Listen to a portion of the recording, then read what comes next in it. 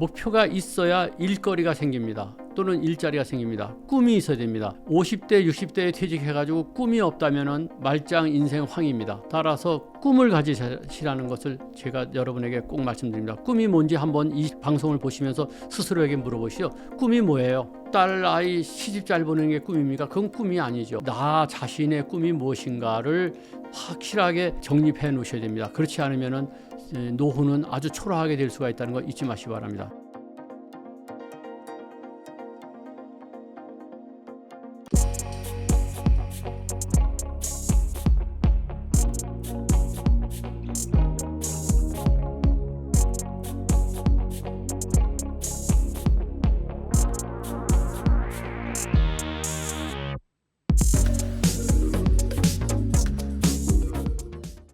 올해도 이제 벌써 9월이고 이제 연말도 얼마 안 남았는데 네. 이게 연말이 되면은 희망퇴직자나 또 정년퇴직자들이 나오시잖아요.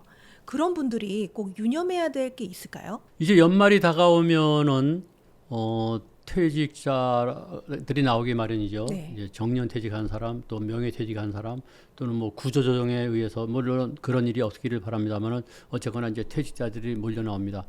그래서 이 퇴직자들이 마음속에 담아야 될 것을 제가 7계명으로 만들었어요.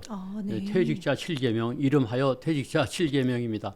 첫째는요, 일단 받아들이라는 거죠. 일단 받아들이라는 거. 어차피 올 것이 온 겁니다. 네. 그런데 되게 보면은 왜 저 사람은 아직도 일자리가 있는데 나만 이런가? 이렇게 해서, 그리고 또 하나는 뭐냐면 애매하게 억울하게 잘렸다 이런 생각을 하게 되거든요. 그러나 그게 아니라 어차피 회사의 사정이든 개인 사정이든 간에 명예롭지 못하게 퇴직을 하더라도 일단은 받아들여야 됩니다. 미련을 두는 것은 미련한 일입니다. 절대로 미련을 두지 마시고 이 퇴직을 했으면은 아등바등 할 것이 아니라 이제 때가 왔구나 하고 일단 받아들이라는 거. 그것이 일단 받아들이라는 게 퇴직자 7계명의 1계명입니다. 첫째 계명. 두 번째는요, 당당해야 됩니다. 제가 아는 후배는 얼마 전이 아니라 벌써 이제 작년이네요. 작년 연말에 퇴직을 했는데 집에 방콕해가지고 집콕해서 밖을 안 나간다는 거예요.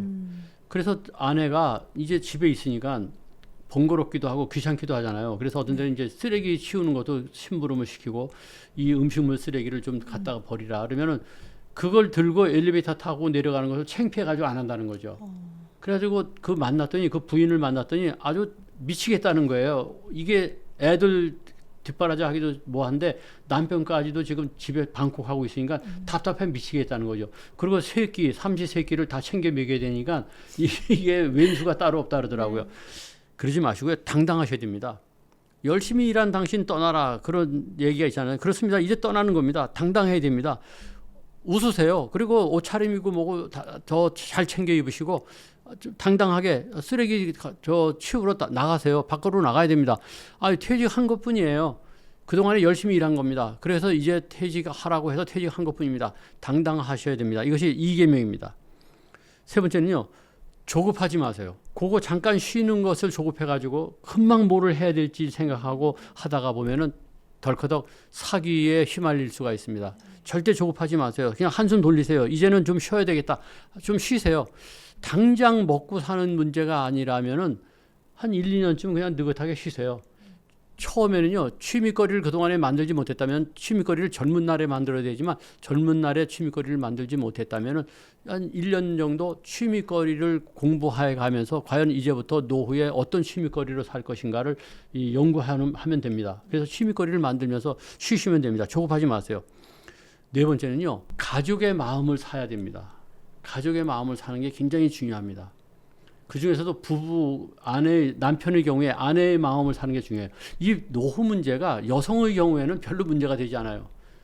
제가요, 8년 전에 지금 사는 동네로 이사를 왔어요. 아주 한적한 청계산 기슭입니다. 이사 왔는데요. 8년 전의 상황이 지금도 눈에 삼삼하게 떠오릅니다만은 8년이 지난 지금도 거의 마찬가지입니다. 8년 전에 이사를 왔는데 저희 아내는 한 달도 안 돼가지고 교회 다니고 뭐 하면서 친구를 넓게 사귀더라고요. 근데 저는요, 거짓말 안 못하고 지금까지 우리 동네에 친구라고 사귄 사람이 한 사람밖에 없습니다. 그 정도로 여성은 노후 문제에 대해서 거의 걱정할 게 없어요. 남자의 경우가 문제죠. 남자의 경우가. 그래서 우선 아내의 마음을 사야 됩니다. 그러니까 아내가 좋다고 하면 좋은 거예요. 그래서 절대로 조급하지 마시고 가족의 마음을 사라는 거. 심지어는 그 아는 사람은 가족 회의를 했어요. 퇴직하자마자 가족 회의를 해가지고 재산을 전부 공개했습니다. 아빠가 그동안 모아놓은 재산이 이거밖에 없다. 그러니까 뭐 딴 주머니 찬 것도 없고 전부 이것밖에 없으니까 이거 가지고 이제부터 30년을 살아야 된다. 또는 40년을 살아야 된다. 아주 재산 상태를 공개해 버렸어요. 공개하니까 아내가 말이죠. 그 정도구나. 그러면 나도 그동안에 모아놓은 돈이 이 정도밖에 없다. 그러면 이거 가지고 우리 식구가 다 살아야 되는데 너희들은 이제 자녀들 보고 독립해야 된다. 독립시켜 버렸어요. 그러니까 부부 간에만 의기투합하면은 가정은 행복하게 마련입니다. 그래서 가족의 마음부터 사라는 것을 말씀드립니다. 6번째는요. 소박한 삶을 즐기실 줄 알아야 됩니다. 왕년에 뭐 이거 다 필요 없어요. 왕년이 무슨 필요가 있습니까? 왕년에 내가 이거 다 필요 없는 겁니다. 소박한 생활을 즐기시라는 것. 그다음에 6번째는요. 자기 세상을 만들어야 돼요. 제가 가장 좋아하는 문구가 자기 세상입니다. 그래서 제가 강의할 때 되면요. 구호를 외치게 합니다. 자기 세상, 자기 세상. 자기 세상이라고 하는 건 뭐냐? 남하고 비교하지 말라는 거죠. 네. 나의 세계를 만들면 됩니다.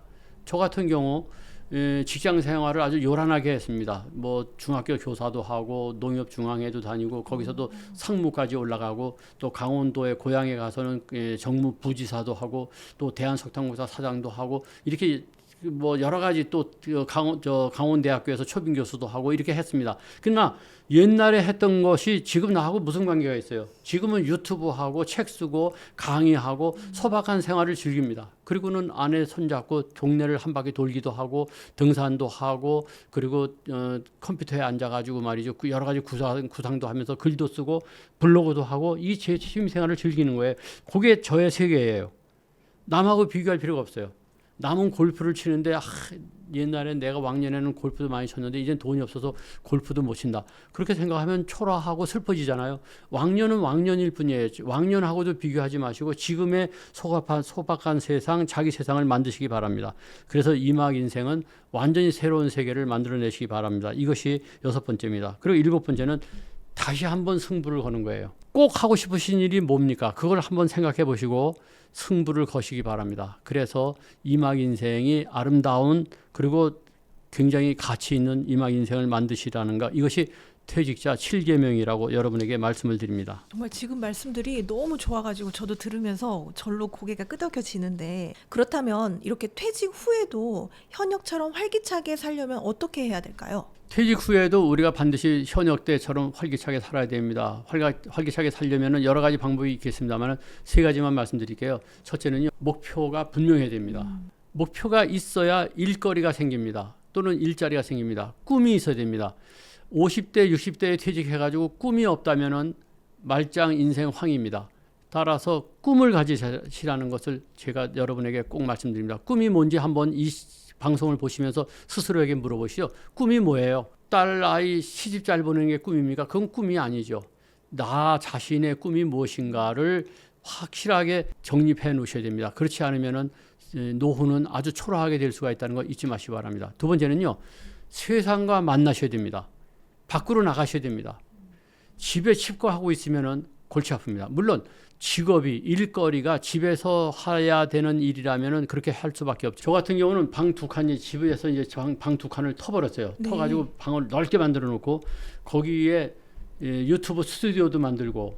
집안에요? 예, 집안에다가 스튜디오도 만들고 그리고 서재도 하고 그리고 내 사무실도 하고 다용도죠. 네. 그러면 아침에 눈을 뜨면은 제 사무실로 출근하는 겁니다. 네. 출근하면 거기서 불 켜놓고 컴퓨터 켜놓고 거기서 작업을 하는 거죠. 이 일상이 집에 나가지 않아도 되는 거니까 일상을 집에서 되게 보냅니다만은 그럼에도 불구하고 가급적이면은 세상과 만나려고 애를 씁니다. 아무쪼록 말이죠. 퇴직하고 난 다음에 세상과 만나세요. 세상과 만나지 않으면 고립하게 됩니다. 세상과 만나야만이 일자리든지 일거리든지 정보를 얻게 되죠. 네. 사람한테서 정보가 나오게 돼 있어요. 그리고요, 얼마 전에 보니까 어떤 분이 퇴직을 했는데 제가 명함을 줬어요. 명함을 줬더니 명함을 없다 그러더라고요. 네. 제가 물어봤어요. 왜 명함이 없었어요? 그랬더니 요즘 놉니다. 놀면요, 제가 늘 우스갯소리 비슷하게 얘기합니다만은 놀면은 명함에다가 논다 이렇게 쓰세요.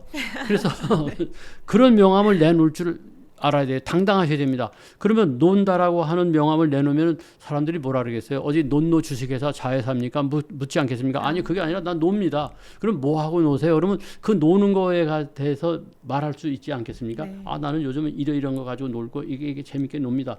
그 논다고 하는 것이 나쁜 게 아니죠. 세상과 만나세요. 제 친구는요. 집 안에다가 현관에서 바깥으로 나가는 현관에 글씨 현판을 걸어놨어요. 그 현판이 뭐라고 써놨느냐? 오늘은 뭘 하고 놀까? 아주 즐기는 겁니다. 노는 겁니다. 바깥에 나가서 사람들 만나서 노는 거죠. 그래서 세상과 만나야 되고 명함을 꼭 만들라는 거죠. 제가 우스갯소리로 그럽니다. 명함에다가 직업란을 뭐라고 쓰기가 어려우면은 직업개발연구소장이라고 쓰라고 말이죠. 그 무슨 직업을 연구합니까? 아, 내 직업을 지금 연구하는데 아직 개발이 들 것 났다. 심지어는요. 일본 사람을 만났는데 일본 사람의 명함에 뭐라고 써 있냐면은 일본 명산 100군데 돌아보기. 그러니까 일본 명산을 100군데 돌아보는 게 직업이라는 거예요. 즉 지금의 나의 취미거리요 일거리라는 거죠. 그러면 대화가 되잖아요. 아, 명산을 몇 군데 돌아봤습니까? 아, 지금까지 한 18군데 다녔습니다. 그러면 그중에서 어떤 산이 제일 좋던가요? 이렇게 대화가 되잖아요. 그래서 세상과 만나라고 하는 건 잊지 마시기 바랍니다. 그래서 명함을 만들라는 것. 그러면 마지막 세 번째는 뭐냐? 일상을 만들라는 거. 일상이 뭐냐면요. 스케줄표를 만들라는 거죠. 월요일은 뭐 하고 화요일은 뭐 하고 이게 일과표를 만들라는 겁니다. 일과표가 있는 것하고 없는 것하고 다릅니다. 일과표를 반드시 만들어서 아침에 보고 아 오늘은 밖에 나가게 돼 있구나. 그럼 밖으로 나가야 되겠다. 오늘은 술을 먹지 말아야 되겠구나. 만나서 사람들 만나는데 술을 먹어서는 안 되겠구나. 그럼 거기다 술하고 X자를 쳐놓으면요. 술 안 먹게 됩니다.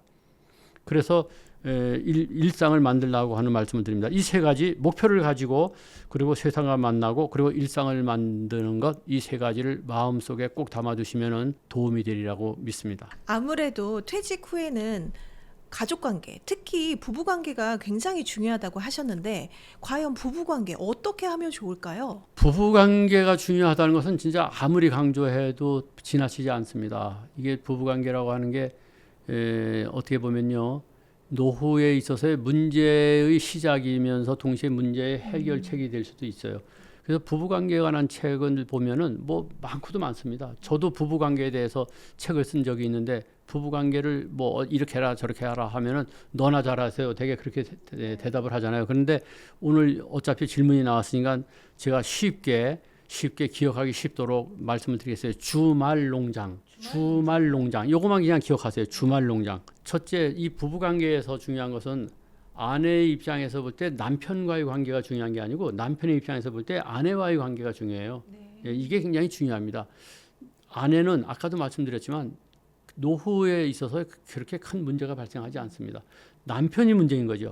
그래서 남편이 꼭 알아둬야 될 것이라고 할 수가 있는데 주말농장의 첫째는 주방을 장악하라는 거죠. 주방을 장악하라. 즉 요리를 하라 이런 얘기입니다. 주방을 장악해야 됩니다. 그래서 요리를 하는 남편 요생남이라고 그러죠. 그죠? 네. 예. 그래서 주방을 장악하라는 거. 그것이 노후의 권력은 주방에서 나온다는 거. 두 번째는요. 주말. 이것은 이제 아내도 해당이 됩니다. 네. 말투를 바꾸라는 거. 네. 되게 우리나라 사람들의 노후의 말투가 어떻습니까? 약간 퉁명스럽죠. 퉁명스럽죠. 네. 툭툭 쏘죠. 네. 던지죠. 네. 이 말투를 바꾸라는 겁니다. 제가 지난 방송에서도 말씀드렸습니다마는 제주도에서 만난 80대 된 두 부부를 만났는데요. 정말 감탄한 게 뭐냐면요. 그 아내 되는 분, 동갑이라 그러시더라고요. 80대 된 아내분이 남편한테 하는 말투가요. 그렇게 상냥할 수가 없어요. 아, 여보 이렇게 하면 안 되겠어요. 깜짝 놀랐습니다.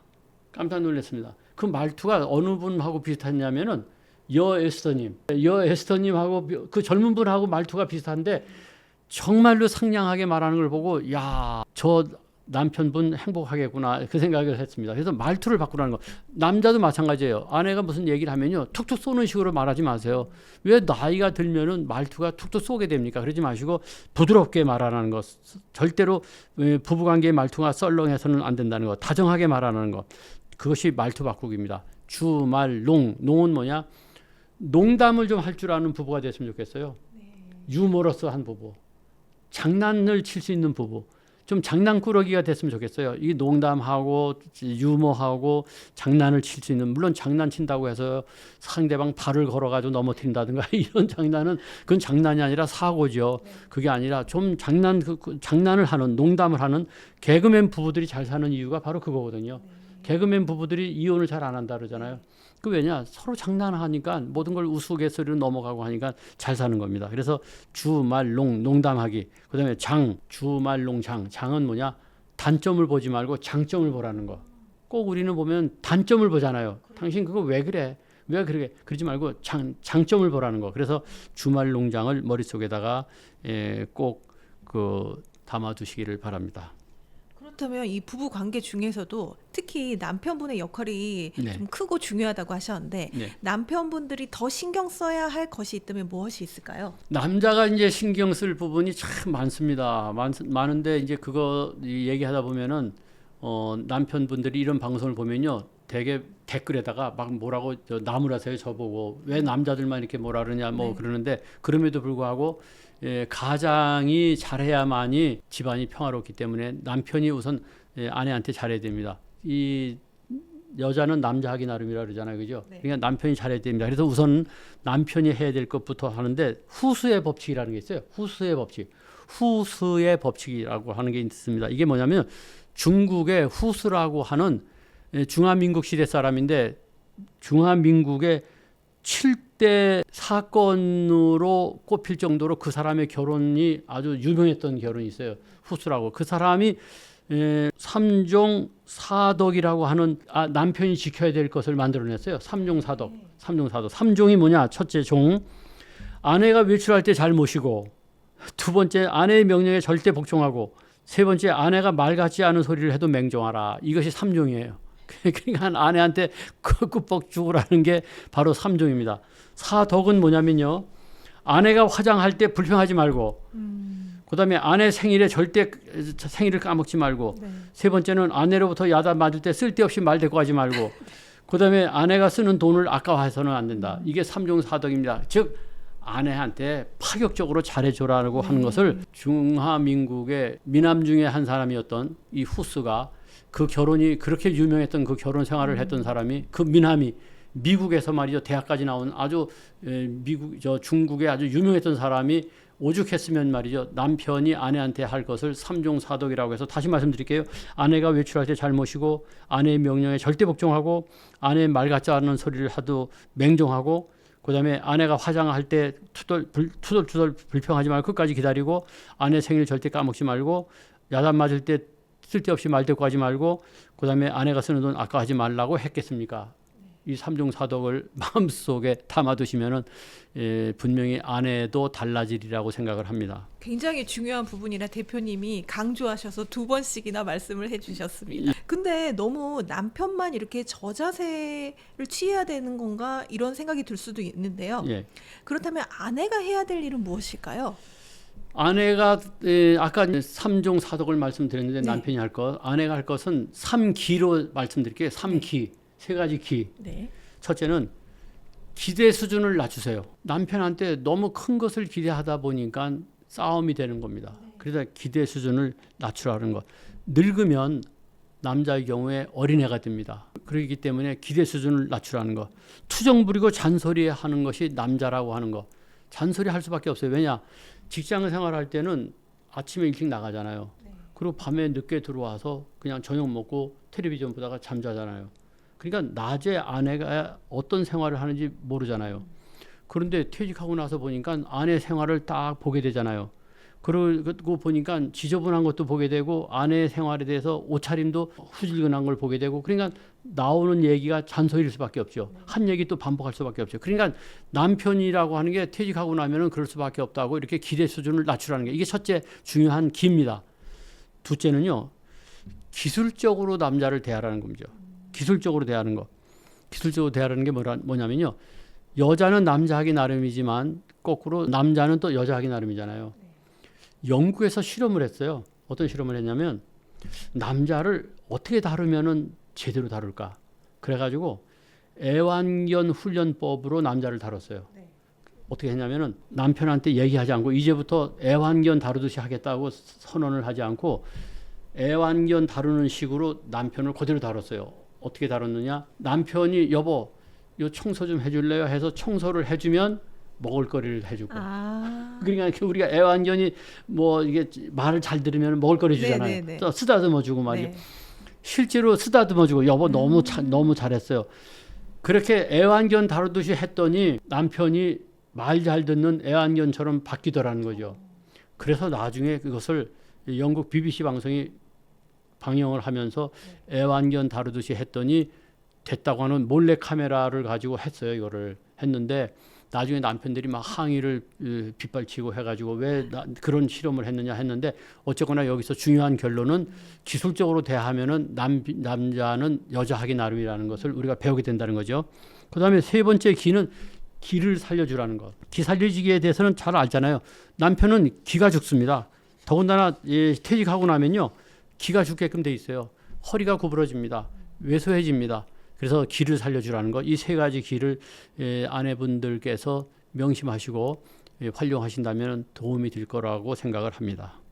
또 사실 노후가 되면 많은 분들이 외롭다 이런 말씀을 많이 하시잖아요. 예. 이 외로움을 해결할 수 있는 해법 있을까요? 노후가 되면은 외롭다는 말을 많이 합니다. 특히 나이가 들수록 외롭게 되죠. 네. 특히 이제 친구들도 떨어져 나가기 마련이고 제 친구들만 하더라도 벌써 이제 치매 걸린 친구도 있고 네. 물론 물론 세상을 떠난 친구도 많습니다. 제가 고등학교 다닐 때에 친구가 동기생이 480명이었는데 60명씩 8개 반 480명이었는데 벌써 전번에 친구들 만났더니 1개 반에 해당되는 인원이 세상을 떠났다는 거예요. 네. 60명이. 그러니까 친구가 사라지죠. 거기다가 경제적인 여건이 되지 않기 때문에 친구 간의 관계가 멀어질 수밖에 없죠. 점점 멀어지고 이렇게 됩니다.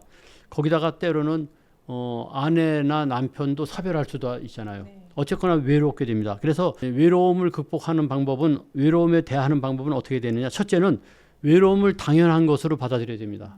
노후가 되면 외로운 거다. 그래야지 왜 이렇게 쓸쓸하지? 이게 이렇게 되면 안 되는데 이렇게 되면 스트레스 받죠. 그래서 그냥 외로움을 당연하게 받아들이세요. 노후가 되면 외로운 거예요. 혼자 살게 돼 있어요. 세상은요 혼자 살게 돼 있어요. 그래서 외로움을 당연하게 받아들이라는 것. 두 번째는요 심취할 수 있는 일거리를 꼭 만들라는 거죠. 네. 심취할 수 있는 일거리를 꼭 만드셔야 됩니다. 저 같은 경우 유튜브도 하는데 이렇게 심취하기도 합니다만은 또 여유 시간이 있으면은 고향이 춘천이거든요. 춘천에 농사 지러 갑니다. 농사도 지러 갑니다. 가서 하루 종일 땀 흘리면은 완전히 그냥 모든 것이 몰입되잖아요. 농사도 지러 가고 그렇게 야외 활동을 합니다. 그렇게 함으로써 심취할 수 있는 일거리를 만들므로써 외로움을 털어낼 수가 있죠. 그다음에 세 번째는 세상과 만나라는 것. 절대로 외톨이가 되지 마세요. 아까 제가 세상과 만나라는 얘기 했잖아요. 세상과 만나라는 것. 그래서 이 세 가지를 마음속에다가 담아두고 즉 외로움을 당연하게 받아들이고 심취할 수 있는 일거리를 만들고 그리고 세상과 만나라는 것. 그래서 외로움에 익숙해져야 된다는 말씀을 드립니다. 네. 오늘 정말 노후를 준비하는 마음과 우리가 준비해야 될 것들, 태도 이런 것도 많이 알려주셔가지고 너무 큰 도움이 된 것 같고요. 오늘 또 귀하신 시간 내주셔서 너무 감사드립니다. 제일 중요한 것은 실천입니다. 반드시 실천하셔가지고요. 노후가 멋지게 되기를 바랍니다. 네. 마지막으로 저희 성공의 진심인 구독자분들께 한 말씀 부탁드립니다. 구독자 여러분, 이제 방송 보시면서 어떤 생각하셨습니까? 우리 성정길 TV 상당히 좋은 TV라고 생각이 되는데 아무쪼록 많이 보시고요. 좋아요, 구독 눌러주시고 구독해 주시고 많이 또 공유해 주세요. 이 동영상을 여러분들에게 퍼뜨려 주시길 바랍니다. 건강하시고요. 화이팅! 네, 감사합니다.